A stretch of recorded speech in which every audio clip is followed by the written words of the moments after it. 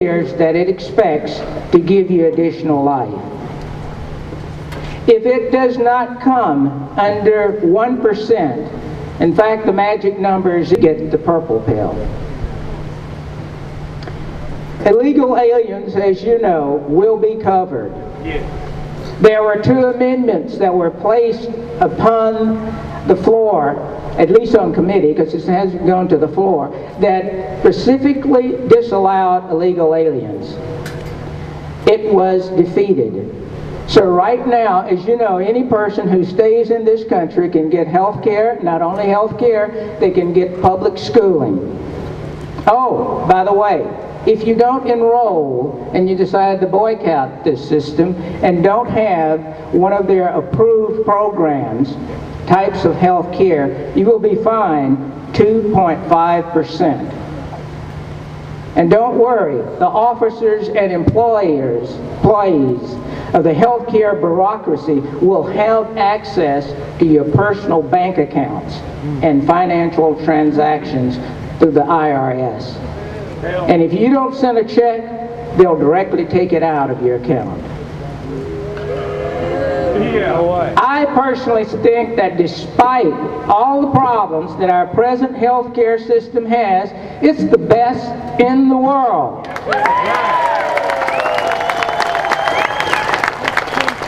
I think we have some of the best doctors, some of the best nurses. We're the leaders in healthcare knowledge and research. I say, why should we break our whole system and scrap it for less than 2%, in fact, less than 1% of the so-called unemployed? And when I say unemployed, I meant uninsured. Sorry. A little nervous, the rain shook me up. How about abortion? Abortion, unfortunately, you're right, it's included. The people who are advising him, remember his chief advisor is a person who believes in infanticide and killing infants, and he also believes in that horrible word, euthanasia. I don't know why they call it that. So why throw out the good? Why don't we just fix the bad?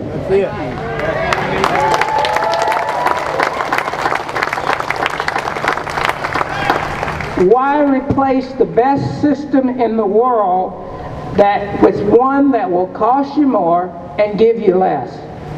I think the glaring facts are in front of us. Number one, for politicians.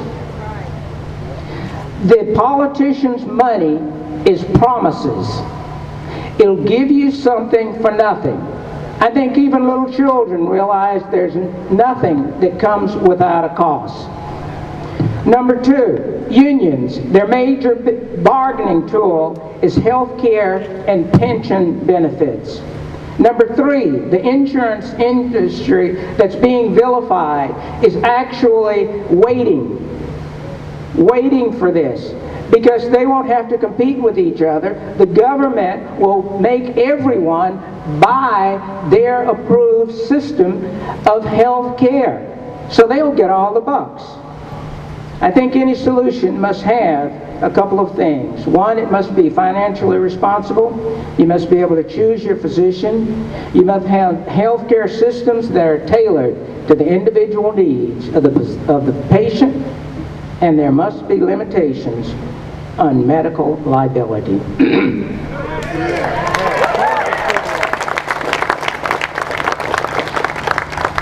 Let me suggest these alternatives to the destruction of the best healthcare system in the world. First, let's look at a historical perspective. The system that we have going now was instituted during the Second World War, when we had price and wage controls. So if you wanted to hire a good employee, you could not give them a bonus. You could not give them more money than the guy down the street. But you could give them health care that would pay for common illnesses and medications, not just accidents and catastrophic events. And the government gave the companies tax credits. Why don't we change the system around in terms of looking at it? If we change the way we look at it, the problem changes. One, all of us have car insurance, right? How many people can take their car insurance down and get their car filled up with gas and say, here, take $1. That's my copay. How about a tune-up? How about if your transmission falls out? Can you give them $15 and they'll pay for it? Where in the Constitution is health care a right?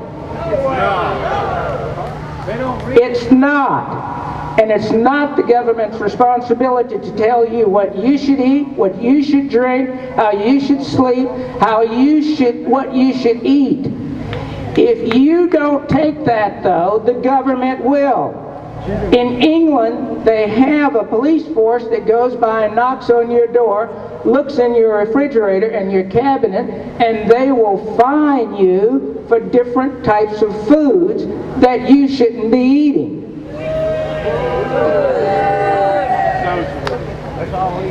It's the church, not the state, that built the Mother Francis, the Baptist hospitals, the Jewish hospitals, the Shriners, and even the City of Hopes.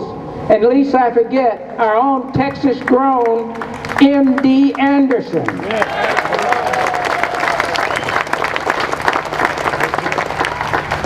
That is who has and will in the future take better care of the uninsured, the homeless, the hungry, the orphans, and the widows and the poor. It is not the government.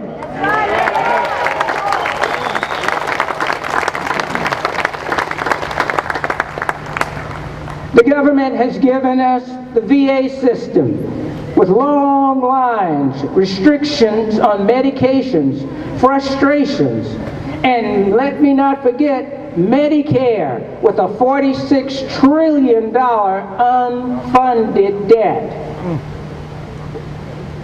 The government is not the solution. The government is the problem.